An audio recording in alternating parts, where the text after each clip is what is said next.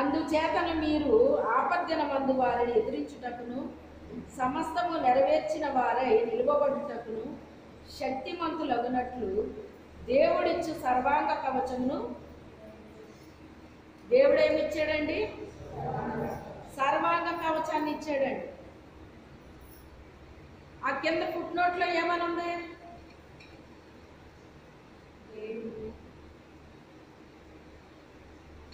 ఆ సర్వాంగ కవచం అంటే ఏంటంటేనంట దేవుణ్ణి ధరించుకోవాలటండి. మనం ఏం చేయాలి? క్రీస్తుని ధరించుకోవాలండి. బాప్తిసం తీసుకున్న మీరు క్రీస్తుని ధరించుకోమని ఉంటుందండి. పాప క్షమాపణ నిమిత్తం మీరు బాప్తిసం తీసుకోండి, అప్పుడు పరిశుద్ధాత్మ అనే వరం మీ మీదకి వస్తుంది అని చెప్తున్నాడు, మీలోకి వస్తుంది అని చెప్తున్నాడు ఆయన. అయితే బాప్తిసం తీసుకున్నంత మాత్రాన్ని వచ్చేస్తుందా? రాదు. ఆయన ఏమంటున్నాడు తిమోతి గారు?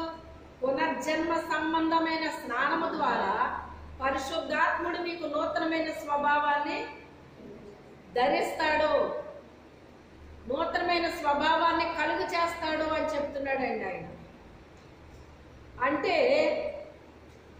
పాప క్షమాపణ నిమిత్తం బాప్తిసం తీసుకుంటామంటే నిజమైన పశ్చాత్తాపం మన హృదయంలోకి రావాలండి.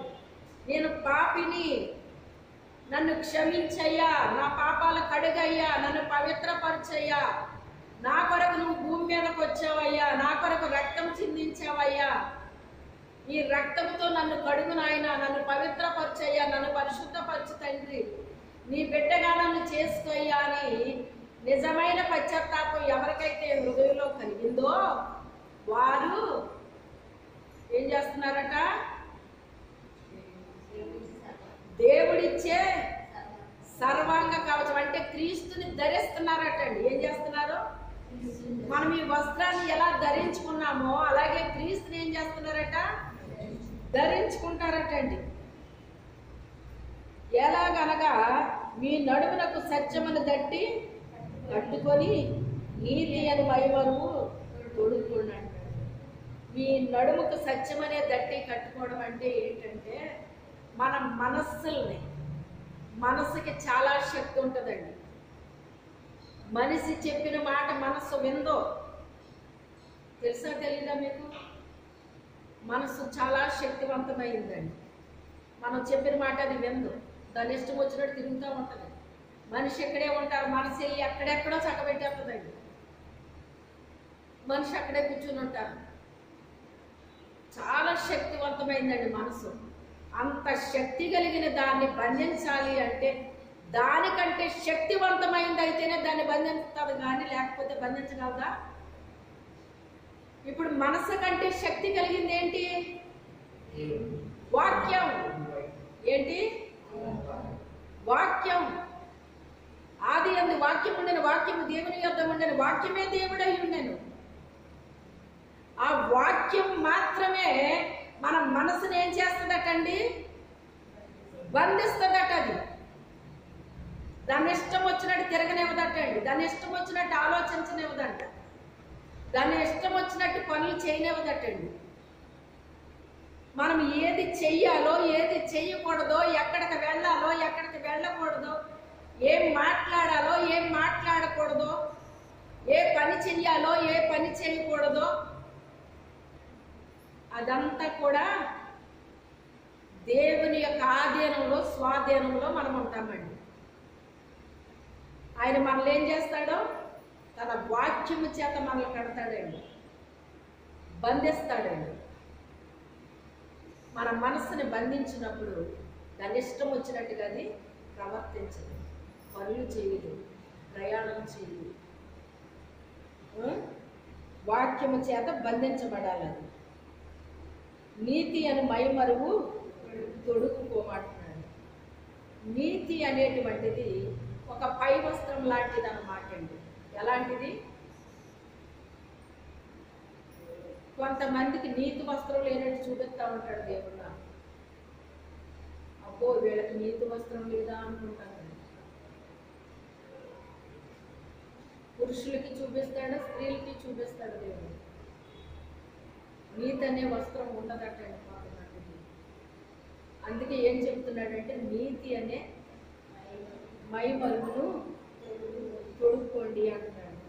పాదములకు సమాధాన సువార్త వలనైన సిద్ధ మనసును జోడు తొడుక్కొని నిలవబడండి అంటున్నాడు. మన పాదాల కంట సమాధాన సువార్త వలనైన సిద్ధ మనసు అనే జోడు, సమాధానమైన సువార్త. నిన్న చెప్పాను కదా, ఎవరితో ఉండాలి సమాధానం? దేవునితో మనకి సమాధానం ఉండాలి. దేవునితో మనకి సమాధానాన్ని కలుగు చేయడానికే యేసుక్రీస్తు ప్రభు వారు వచ్చారు.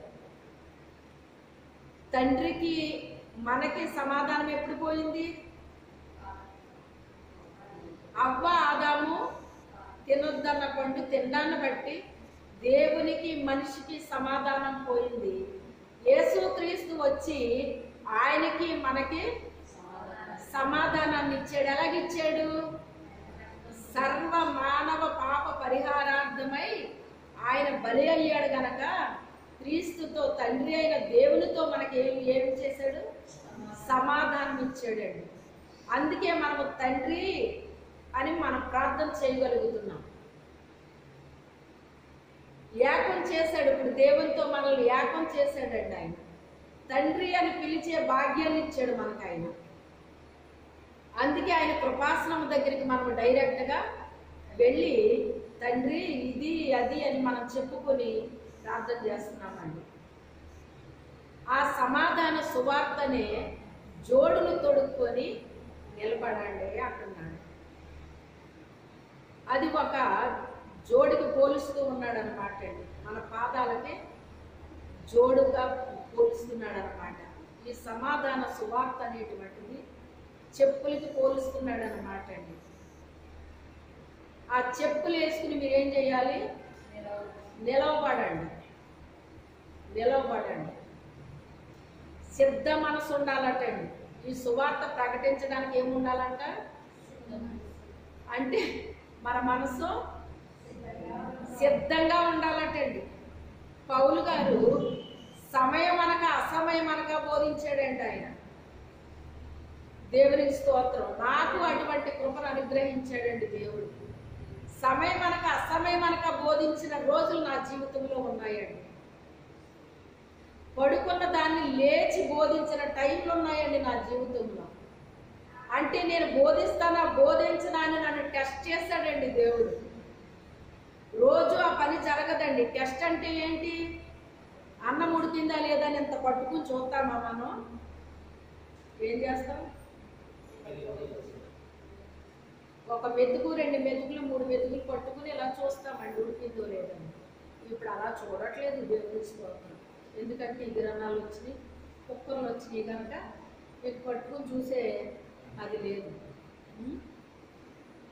అందుకని టెస్ట్ చేస్తాడనమాట దేవుడు. కొన్ని పరిస్థితుల్లో మనల్ని టెస్ట్ చేస్తాడనమాట అండి. ఆ టెస్టింగ్లు నా మీద పెట్టాడు. చాలా టెస్టింగ్లు పెట్టాడండి నా మీద ఆయన. చాలా పరిశోధనలు చేశాడండి నా మీద ఆయన. ఏ పరిశోధనలో జరగకుండా నేను ఇంతవరకు రాలేదండి. చాలా పరిశోధనలు జరిగినాయి నా మీద. చాలా టెస్టులు జరిగినాయి నా మీద. సమయం అనక అసమయం అనక బోధించే ఏర్పాట్లు చేశాడు. ఇప్పుడు విసుక్కుంటుందా? బోధిస్తుందా? ఇప్పుడు చెప్తుందా? చెప్పదా? ఏం చేస్తుంది? భోజనం చేయాల్సిన టైంలో భోజనం చేయకుండా నేను బోధ చేయాల్సిన టైం వచ్చిందండి నాకు. ప్లేట్లో ఇలా చెయ్యి పెడుతున్నాను, అమ్మా అని పిలిచారు. ప్లేట్లో పెట్టాల్సిన చెయ్యి తీశాను. వాళ్ళ దగ్గర కూర్చుని ఇంచుమించుగా 3 గంటలు 4 గంటలు నేను వాళ్ళ కొరకు టైము కూర్చించానండి. అంటే ఆకలితో బోధించడం కాదా అది? కాసేపు కూర్చోండి నేను వస్తానులే అని వాళ్ళని కూర్చోబెట్టొచ్చు. నేను ఎంతసేపు చేస్తాను భోజనం? మహా అయితే పావు గంట తింటాను, 20 నిమిషాలు తింటాను. ఒక అరగంట కూడా పట్టదు కదా. అలాంటప్పుడు వాళ్ళు నేను కూర్చోబెట్టొచ్చు కదా. కూర్చోబెట్టలేదు. నేను తర్వాత తింటాను, నువ్వు తినేయమ్మా అని మా పాప నేను ఇద్దరం పెట్టుకున్నాము. నువ్వు తినేయమ్మా, నేను తర్వాత తింటానులే అని ఆ ప్లేట్లు ఇలా పెట్టే చెయ్యిని వెనక్కి తీసి వారితో కూర్చుని వారిని బోధించారు. ఆ అమ్మాయికి వెంటనే స్వస్థత ఇచ్చాడు దేవుడు. ఆ అమ్మాయి కూర్చోలేకపోతుంది, లేవలేకపోతుంది, నడవలేకపోతుంది, హీల్ అయిపోయింది, చక్కగా లేచి నడిచిపోయింది. తిన్నిచ్చాడు ఆ భోజనం నన్ను. మరి నా కడుపు కాల్చుకున్నట్టు కాదా నేను? అలాంటి ఎన్నో టెస్టింగ్లు నా మీద జరిగింది. ఏం చేస్తుంది ఇది? భోజనానికి తన టైం ఇస్తుందా, లేకపోతే నాకు టైం ఇస్తుందా? ఇప్పుడు నాకు టెస్టింగ్లు లేవంట, ఎందుకంటే అవన్నీ పాస్ అయిపోయాను కదా. ఇప్పుడు టెస్టింగ్లు ఉండవు, నా ఇష్టం. నేను భోజనం చేశానని చెప్తాను, చేయకుండా చెప్తాను. ఇప్పుడు ఇంకా అంతా నా స్వాధీనం అన్నమాట అండి. ఇంకా పరీక్షలు అయిపోయాక ఇంకేముంటాయండి? ఇంకా ఏముండదు. లెక్చరర్ అయిపోయిన తర్వాత స్టూడెంట్స్ ఫస్ట్ వస్తారా, లెక్చరర్ ముందు వస్తాడా?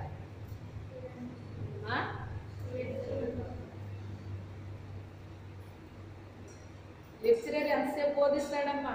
మాస్టర్ బోధిస్తాడు ఆయన? ఎంతసేపు బోధిస్తాడు ఆయన? ఆయన ఇష్టం. ఆయన తక్కువసేపు బోధించాలంటే తక్కువసేపు బోధిస్తాడు, ఎక్కువసేపు బోధించాలంటే ఎక్కువసేపు బోధిస్తాడు. అది ఆయన ఇష్టం అన్నమాట. ఆయనకి పెద్ద టైం ఉండదు. ఇంకా ఒక అరగంట, గంట కూడా బోధించడానికి ఆయన.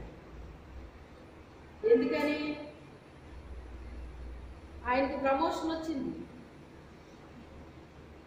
1వ తరగతి పిల్లలకు బోధించినప్పుడు వాళ్ళతో వాగి వాళ్ళకి నీరసం వచ్చేది.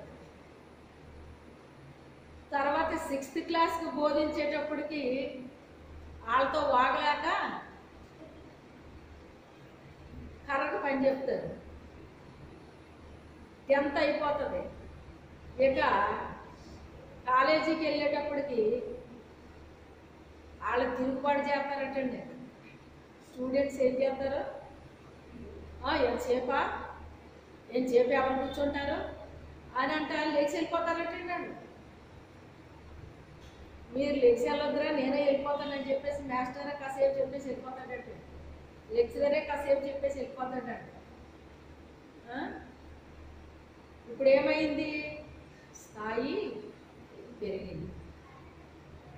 అంటే 1వ తరగతి నుంచి చెప్పే పాఠాలు వేరుగా ఉన్నాయి, ఎలిమెంటరీ స్కూల్ వేరుగా ఉన్నాయి, తర్వాత హై స్కూల్ వేరుగా ఉన్నాయి, కాలేజీ వేరుగా ఉన్నాయి. నిన్న వాళ్ళు చేసిన ప్రార్థనలు మీరు వింటే మీకు ఏమనిపించింది? అదే మేమైతేనా అని అనిపించిందా మీకు? నేను అదే అనుకున్నాను. ఒక్కసారి మన ఓళ్ళు వదలలేడు, ముందు ప్రార్థన ఎలా చేయాలో అప్పుడు తెలుస్తుంది వీళ్ళకి అని అనిపించింది నాకు. ఎప్పుడో నాడు అదే పని చేస్తాను మిమ్మల్ని. వాళ్ళని అలా కూర్చోబెట్టి మీతో చెప్పేస్తాను ప్రార్థన. అప్పుడు బుద్ధి వస్తుంది అన్నమాట. మరి కొంతమంది బుద్ధి లేని వాళ్ళకి ఏం చేయాలి? బుద్ధి చెప్పాలంటే ఇంకా అలాగే చెయ్యాలంట. అసలు 5 నిమిషాలు కూడా చేయలేకపోతున్నారు, 5 నిమిషాలు కూడా చేయలేకపోతున్నారు. వీళ్ళు దీవించండి, వాళ్ళు దీవించండి, వాళ్ళు ఆశీర్వదించండి, వీళ్ళు ఆశీర్వదించండి. అదేనా ప్రార్థన?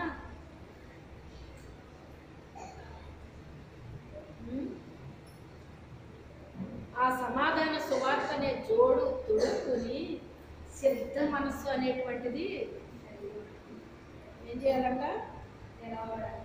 నిలవబడండి. సిద్ధ మనసు అనే జోడు తొడుక్కుని నిలవబడండి. అంటే సమాధాన సువార్త చాటించాలి అంటే ఈ సిద్ధ మనసు అనే జోడు మీరు తొడుక్కుని ఏం చేయాలి? నిలవబడాలి అని చెప్తున్నాడు అన్నమాట. నిలవబడాలి అని చెప్తున్నాడు. నెక్స్ట్ ఏమంటున్నాడు? ఇవన్నీ కాక ఇవి కాదు, ఇవే అనుకుంటున్నారేమో. ఇవే కాదు, విశ్వాసం అనే డాల్ పట్టుకోండి. దానితో దుష్టుని అగ్నిబాణలన్నిటినీ ఆర్పుటకు శక్తివంతుడు. అది ఇవి మాత్రమే కాదు, విశ్వాసం అనే డాల్ను పట్టుకోండి. అప్పుడు దాంతో మీరు ఏం చేస్తారు? దుష్టుడు అగ్ని బాణాలు వేస్తాడట. అవి ఆర్పడానికి మనం ఎలా ఉంటామంటండి? శక్తిమంతులుగా ఉంటామంటండి. దుష్టుడు మన మీదకి ఎలాంటి బాణాలు వేస్తాడంట? అగ్ని బాణం వేస్తే ఇంకేమైపోవాలి? మనం కాలి బూడిదైపోవాలి. కానీ ఈ విశ్వాసం అనేటువంటి డాల్ను మనం పట్టుకుంటేనంట అది ఆరిపోద్దటండి. వాడు వేస్తాడు మన మీదకి. ఆడ అగ్ని బాణాలు వేయటమేం మాండవు, మన మీద వదులుతూనే ఉంటాడండి అగ్ని బాణాలు. అవి ఆర్పడానికి మనకి శక్తి కావాలంట. ఆ శక్తి ఎక్కడ వస్తుందని చెప్తున్నాడు? విశ్వాసం అనే డాలను పట్టుకోమంటున్నాడు అన్నమాట అండి. ఆ డాల్ అనేటువంటిది ఇలా రౌండ్గా ఉంటుంది, పళ్ళులాగా. ఇలా పట్టుకోవాలండి దాన్ని. వాడు వేస్తుంటే మనం ఏం చేసుకోవాలి? కాపాడుకోవాలన్నమాట అండి. మనకి తగలకుండా కాపాడుకోవాలంటే ఈ డాల్కు తగిలి అది పడిపోయి ఆరిపోద్ది అన్నమాట అండి. అది డాల్ అంటే. ఈ డాల్ అంటే దీని అర్థం ఏం చెప్పాడు ఇప్పుడు ఈయన ఇక్కడ? విశ్వాసం అని చెప్తున్నాడు. ఏం చెప్తున్నాడు? ఈ డాలు అంటే విశ్వాసము అని చెప్తున్నాడు. విశ్వాసం అనేటువంటిది ఒక డాలుకి సాదృశ్యం అని చెప్తున్నాడండి ఆయన. అంటే మనలో విశ్వాసం ఉన్నటప్పుడు వాడు వేసే అగ్ని బాణాన్ని ఆర్పడానికే మనం ఏం కలిగి ఉంటామంట? శక్తిని కలిగి ఉంటామండి. వాడేం బాణాలు వేయకుండా ఏం వదిలేయడు, వేస్తానే ఉంటాడండి. ఒకదాని తర్వాత ఒకటి వెంటనే వేసేయడండి. ఒక్కోసారి వెంటనే వేస్తాడు, ఒక్కోసారి ఏం చేస్తాడు? అప్పుడప్పుడు వేస్తా ఉంటాడు అన్నమాట. బాణాలు అయితే మాత్రం వేయటం మాండవు. కానీ మనమేం కలిగి ఉండాలని చెప్తున్నాడు? విశ్వాసం అనేటువంటిది కలిగి ఉండాలని చెప్తున్నాడు అండి. విశ్వాసం అంటే అదేటండి? విశ్వాసం లేకుండా ఎలా ఉంటామండి? విశ్వాసం ఉంది కాబట్టే కదా దేవుడి మందిరానికి వస్తున్నాము, అన్నీ చేస్తున్నాం కదండి. మా దగ్గర విశ్వాసం లేకపోతే ఏంటండి అని మనం అనుకుంటాం. మన దగ్గర ఉన్న విశ్వాసం సరిపోదమ్మా. ఎంత విశ్వాసం ఉండాలి? శద్రకు, మేషకు, అబేద్నెగోలు సాగిల పడమన్నారు కదా. ఆ ప్రతిమకు సాగిల పడమంటే మేము అలాంటి పనులు చేయము అన్నారు.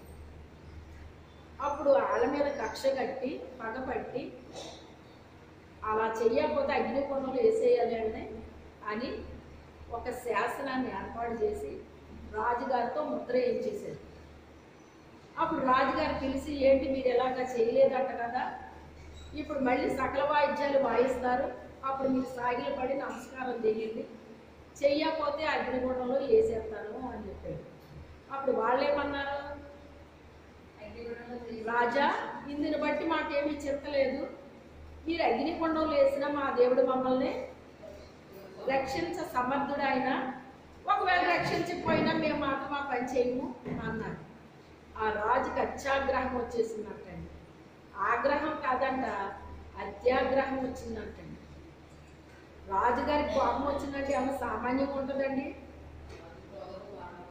ఎప్పటి వరకు వాళ్ళు చెప్తే ఏదో అనుకున్నాను, కానీ మీకు ఎంత పొగర్రా, మీకు ఎంత ఇదిరా అదిరా అని చెప్పేసి అసలు వేసిన అగ్నిగుండం కంటే 7 అంతలు చేయించాడట.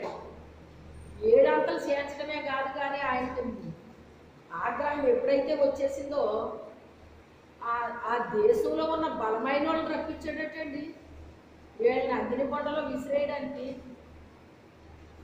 ఆ బలమైన వాళ్ళు వచ్చి వీళ్ళని విసిరేసి ఆ అగ్ని జ్వాలల తాకిడికి కాల్చి చచ్చిపోయారటండి. అగ్నిగుండం మధ్యలో పడేటట్టు విసిరారటండి. వాళ్ళు ఎంత బలమైన వాడో మీరు ఆలోచించండి. ఒక గోళీని విసిరినట్టు విసిరేసారన్నమాట. అంత బలమైన వాళ్ళు. కానీ ఆ అగ్ని తాకిడికి, ఆ జ్వాలల తాకిడికి వాళ్ళ కాలు చచ్చిపోయారటండి. ఇక లోపల పడ్డ వాళ్ళు ఏమైపోవాలి? ఏమైపోవాలండి? మాడి మసైపోవద్దా? కానీ ఏమైందంట? బంధించి విసిరేశారటండి. ఎత్తుకే దేవుడు బంధకాలు ఊడిపోయినాయండి. దేవుని స్తోత్రం. తల వెంట్రుక కూడా కాలేదటండి. బంధకాలు అయితే ఊడిపోయినాయి అంట. స్వేచ్ఛగా తిరుగుతున్నారటండి.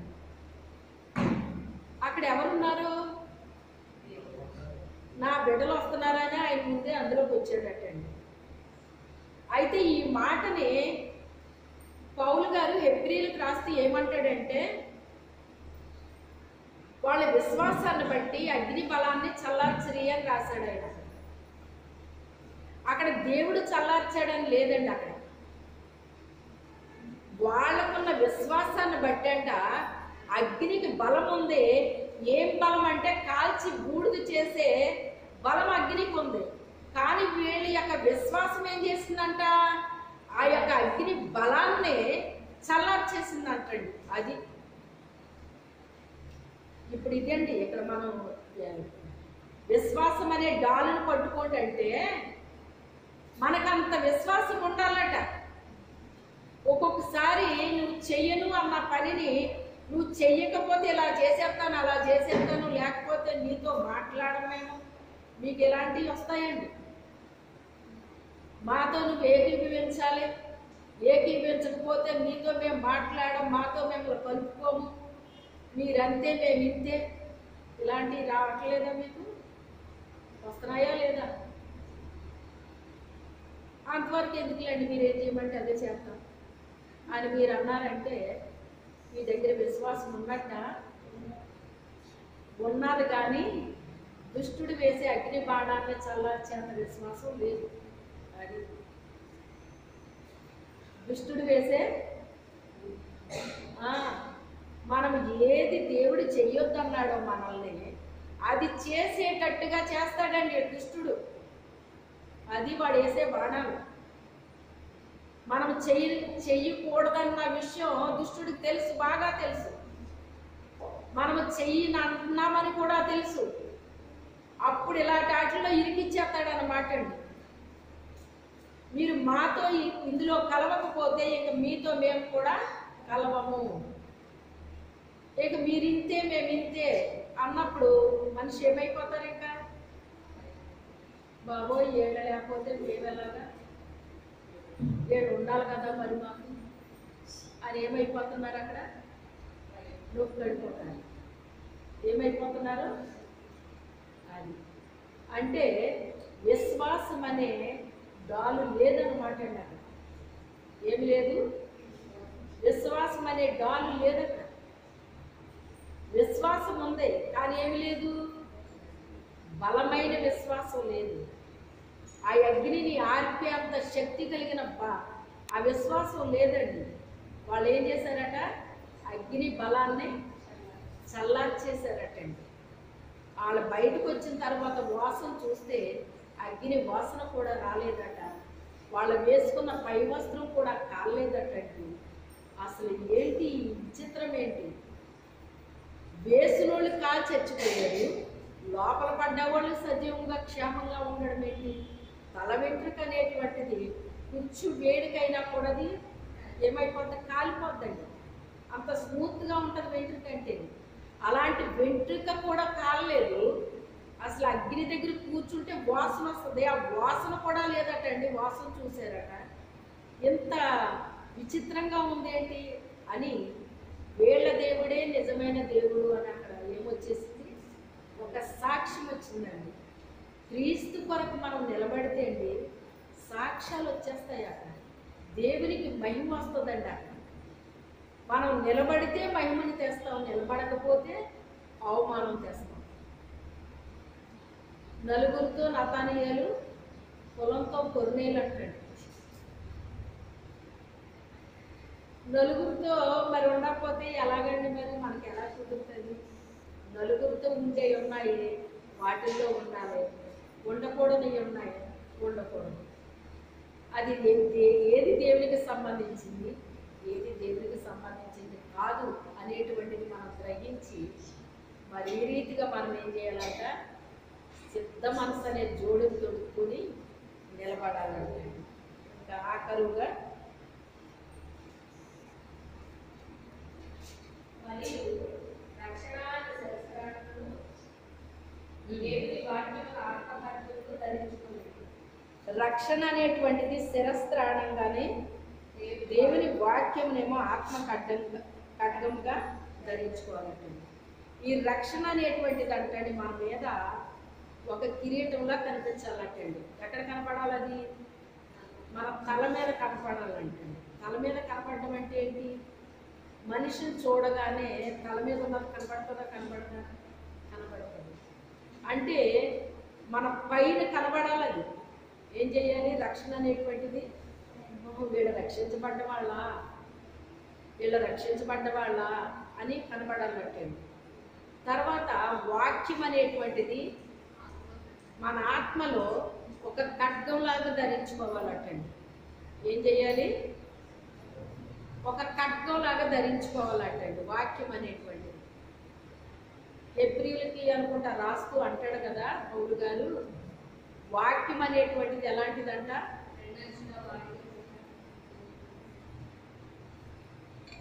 రెండు అంచులు కలిగిన ఎటువంటి వాడి అయినా ఖడ్గము కంటే బలమైనది అని చెప్తాడండి. వాడి అయినది అని చెప్తాడండి. రెండు అంచులు కలిగి ఉన్న ఖడ్గం కంటే కూడా వాడిగా ఉంటుందటండి దేవుని వాక్యం. అంటే అటు నరుగుతుంది, ఇటు నరుగుతుంది. ఇప్పుడు నేను వాక్యం చెప్తున్నాను, మిమ్మల్ని నరుగుతుంది, నన్ను నరుగుతుంది.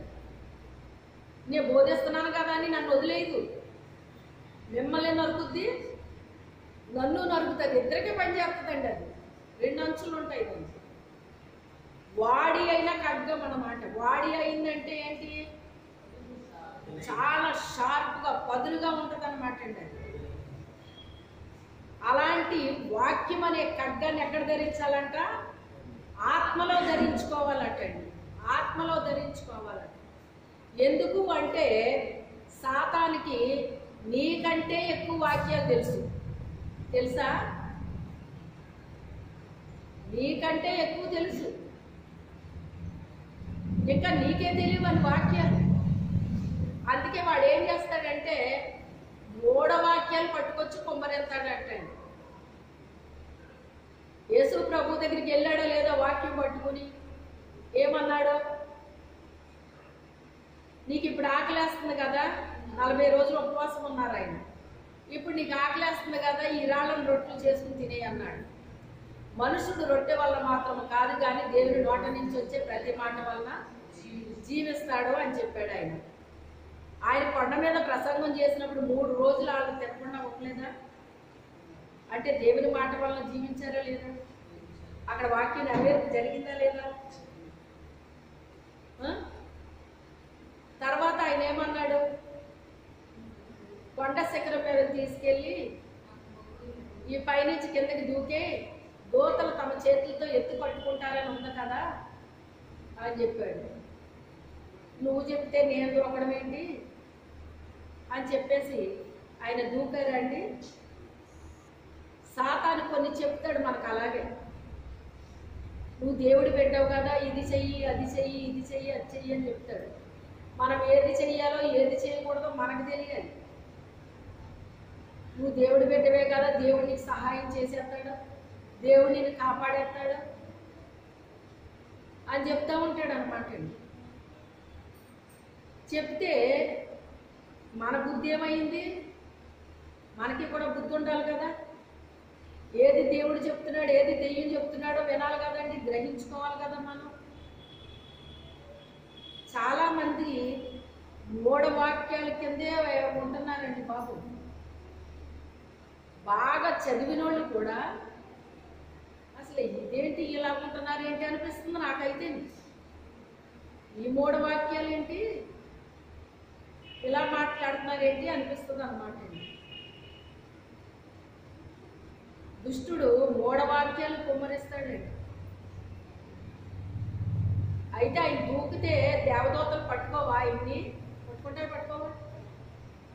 చెప్పండి, పట్టుకోవా? కానీ దూకాడు ఆయన. ఎందుకు దూకలేదు? దుష్టుడు చెప్పాడు కనుక దూకలేదు. ఒకవేళ ఆయనకు దూకే అవసరం వస్తే ఆయన దూకుతాడు, ఆయన పట్టుకుంటాడు. కానీ సైతాన్ చెప్పినప్పుడు దూకకూడదు, సైతాన్ చెప్పినప్పుడు చెయ్యకూడదు. దేవుడు చెప్తే చెయ్యాలి మనం. ఇప్పుడు ఇలా చెయ్యి అలా చెయ్యి అని ఒక మెల్లని స్వరం మనతో మాట్లాడుతూ ఉంటుంది. మన హృదయంలోంచి ఒక మెల్లని స్వరం మనకు వినబడతా ఉంటుంది, ఎవరో చెప్తున్నట్టు అనిపిస్తుంది.